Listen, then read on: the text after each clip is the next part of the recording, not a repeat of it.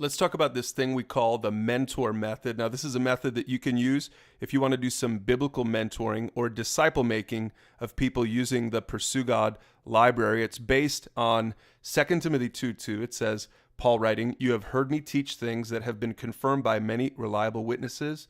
Now teach these truths to other trustworthy people who will be able to pass them on to others." And so this is a viral, reproducible method for mentoring, and it's super simple. It's 4 steps. See if you can't write this out on a napkin after you watch this short video. Number 1, pick the conversation. Now, we're talking about the conversations in the library at pursuegod.org, all kinds of conversations, all kinds of topics, all kinds of target demographics.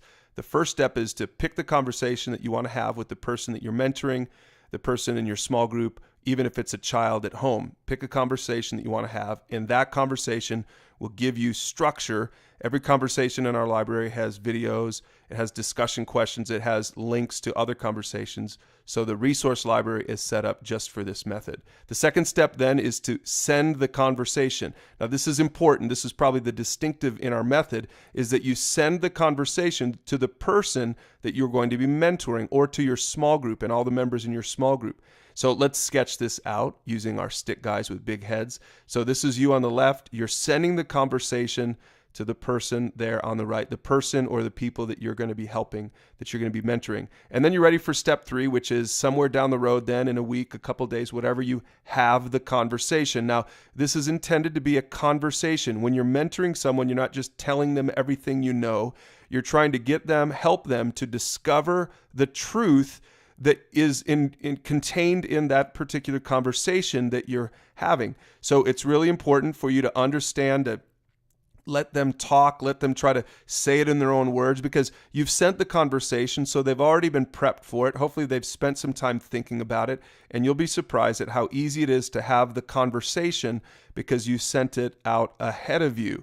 Now, the 4th step then is just simply to repeat. Now, this is to repeat with the person that you're helping, so you might be mentoring them conversation after conversation. So keep picking more conversations and continue to grow, figure out what the right truth is for the right time for that person, and have many more conversations. But really, repeating is not just about repeating it with the person you're mentoring. It's also then, because of the method, it's also something that they can repeat with someone else. And see, this is where 2 Timothy 2:2 comes in place.